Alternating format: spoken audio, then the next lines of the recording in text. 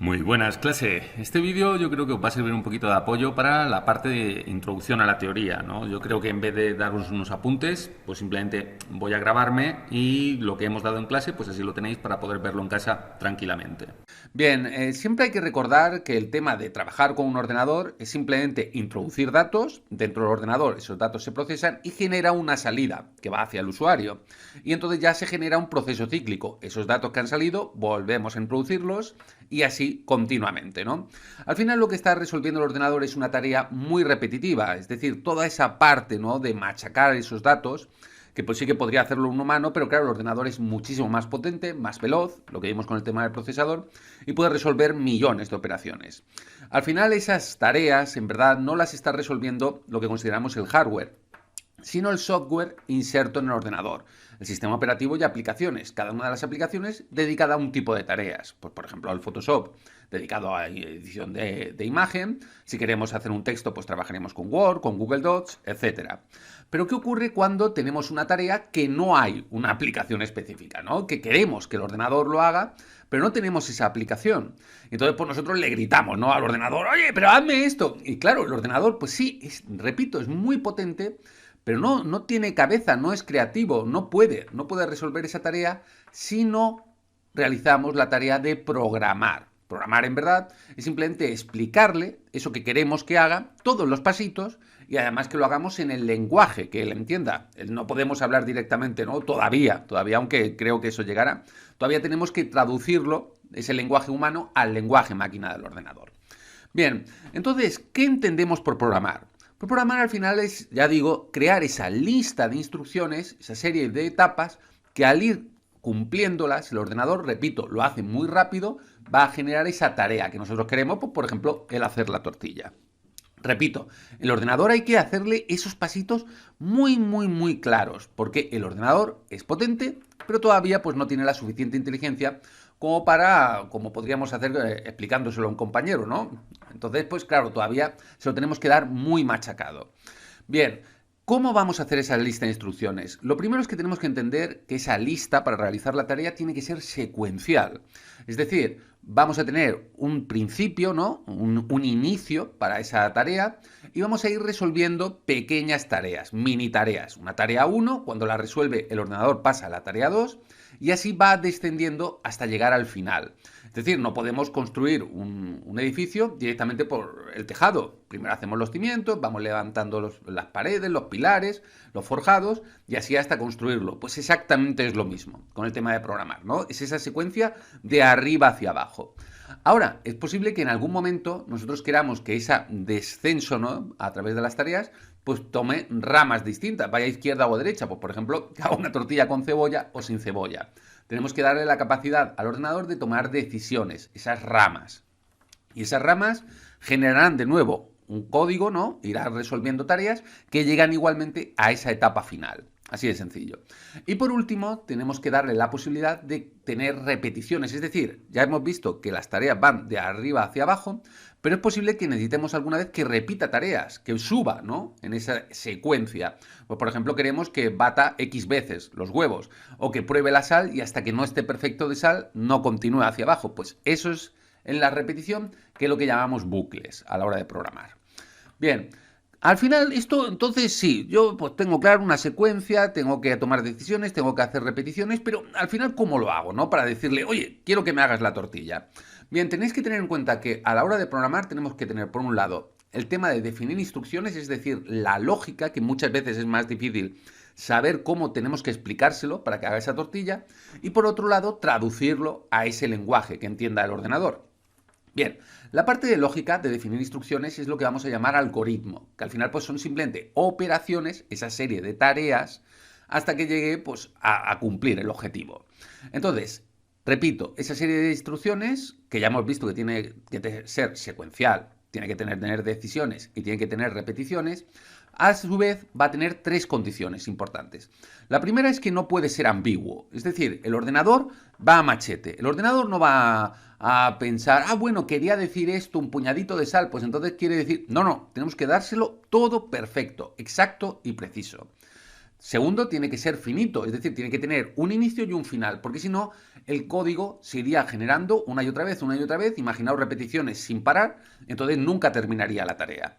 Y por último, tiene que ser ordenado, lo que repetimos, esa secuencia de arriba hacia abajo, tiene que tener las tareas que no puede ser que una ocurra antes que la otra. Repito, no podemos hacer el tejado sin tener los cimientos de la casa. Bien, esto al final se traduce en lo que llamamos diagrama de flujo, que esto lo podríamos hacer con un papel, dibujando con un bolígrafo, sin ningún problema. Simplemente son circulitos, tarea 1, flechita, flechita que va hacia un lado, hacia el otro.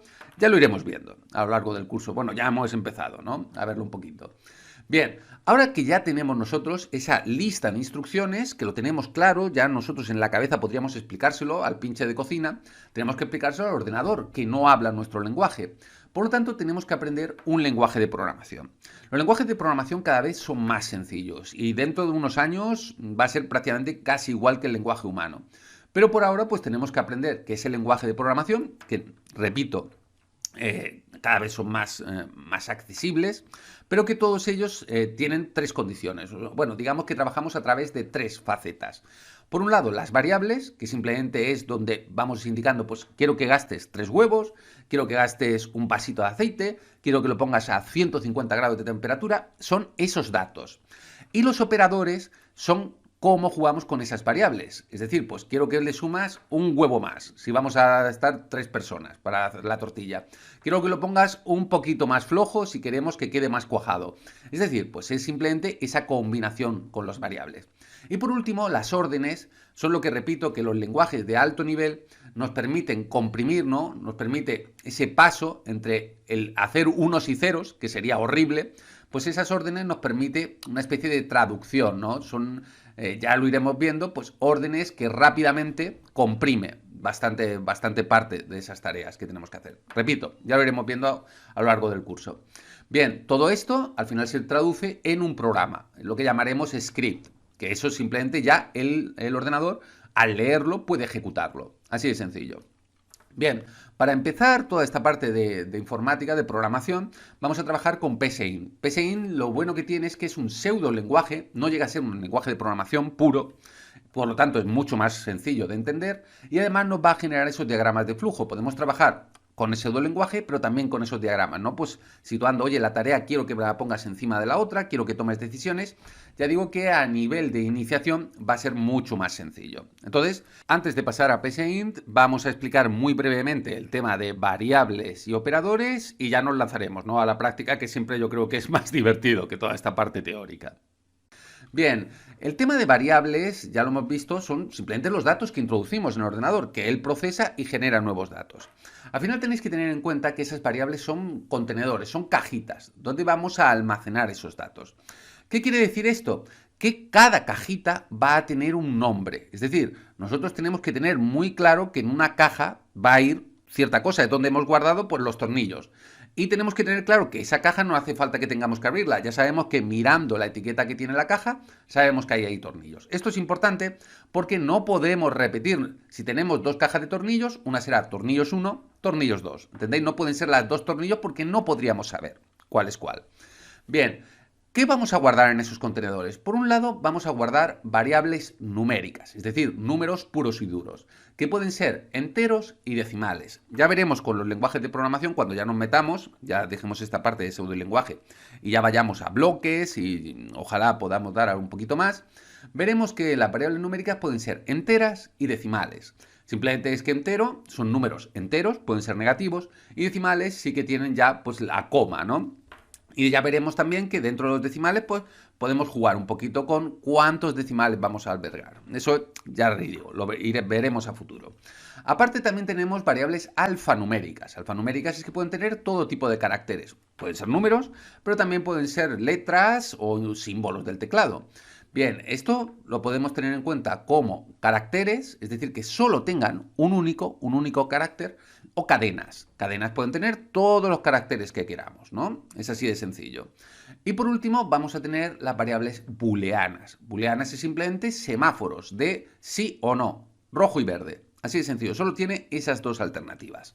Bien, estos tres tipos de variables es importante que en el momento en que lo definamos, en el momento en que nosotros cojamos la caja, ponemos, oye, aquí quiero número de huevos. Y nosotros le metemos, pues, número 3 y lo metemos en esa caja. Ya no puede albergar alfanumérico, no puede albergar booleano. Esa caja ya es solo para variables numéricas. Lo mismo ocurre con la variable alfanumérica y con variable booleano, ¿entendéis? Ya las cajas quedan definidas en el momento en que ya ponemos ahí, hemos metido algo dentro de la caja. Bien, ahora vamos a entender lo que son operadores. Operadores que van a trabajar, repito, con todos esos tipos de variables. Las numéricas, alfanuméricas y booleanas. Nosotros vamos a tener, por un lado, aritméticos, que son simplemente operaciones matemáticas, los relacionales, que van a comparar variables, y los lógicos, que yo creo que son de los más interesantes. Bien, dentro de aritméticos solo vamos a trabajar con variables numéricas, porque repito, son operaciones matemáticas.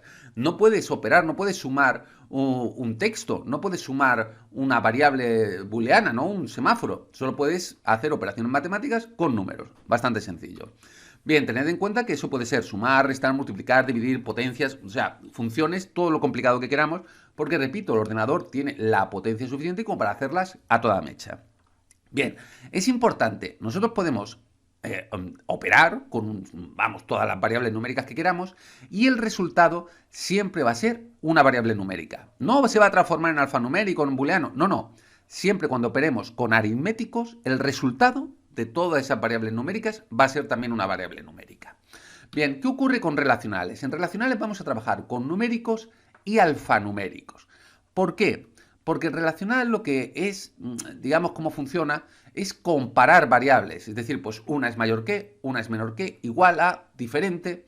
Es decir, pues por ejemplo, en alfanumérico sí que es verdad que no podemos decir Andrés es mayor que Pepe, aunque sí podríamos definir la edad. Pero como los caracteres, ¿no? Andrés y Pepe, lo que podemos decir es Andrés es igual a Pepe, es el mismo nombre, es diferente. ¿Entendéis? Ese concepto relacional. ¿Y qué va a generar?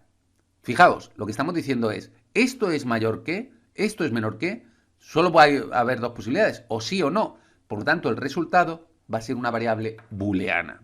Esto repito, aunque ahora parezca un poco extraño, si lo tenéis en la cabeza, va a ser sencillísimo trabajar con el tema de programación, pero hay que tenerlo muy muy claro.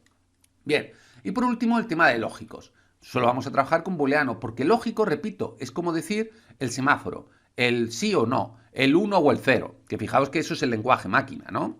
Entonces, en lógicos simplemente vamos a decir, si esto ocurre y esto ocurre, algo pasa. Si esto ocurre o esto no ocurre, o si esto no ocurre y esto no ocurre, es decir, vamos a ir dándole condiciones, ¿no? Es decir, queremos que sea con cebolla, queremos que sea sin cebolla, ¿entendéis? Esto es lo que nos va a abrir esos árboles de decisión dentro del código. Bien, ¿cuál es el resultado de ir uniendo, ¿no? Ir operando con variables booleanas?